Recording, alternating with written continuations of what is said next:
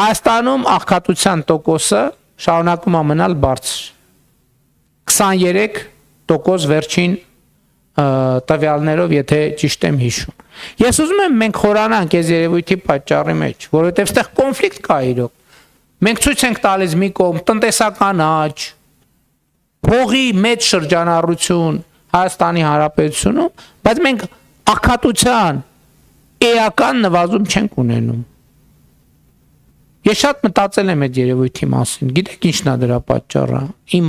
համոզմամբ դպրոցների ավերակներն են դրանց պատճառը։ Դա ուրիշ որևէ պատճառ չունի։ Ավերակ դպրոցները, այն որ հանրապետության երեխաների մի զգալի մասը ըստ էության զրկված է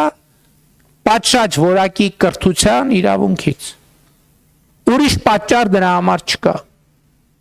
Որովհետև այդ ոնց է որ 100,000-ավոր կամ տասնյակ հազարավոր լավ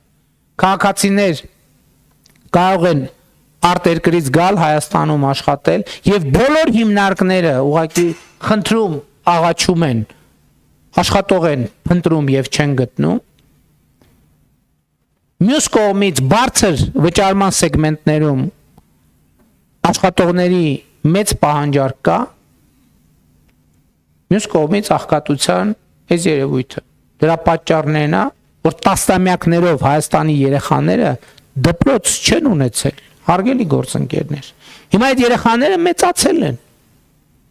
երեխաները մեծացել են, հասուն մարդիկ են եւ պետքա վաստակեն։ Ինչով վաստակեն։ Որ գիտելիքով, որտեղ ստացած գիտելիքով վաստակեն։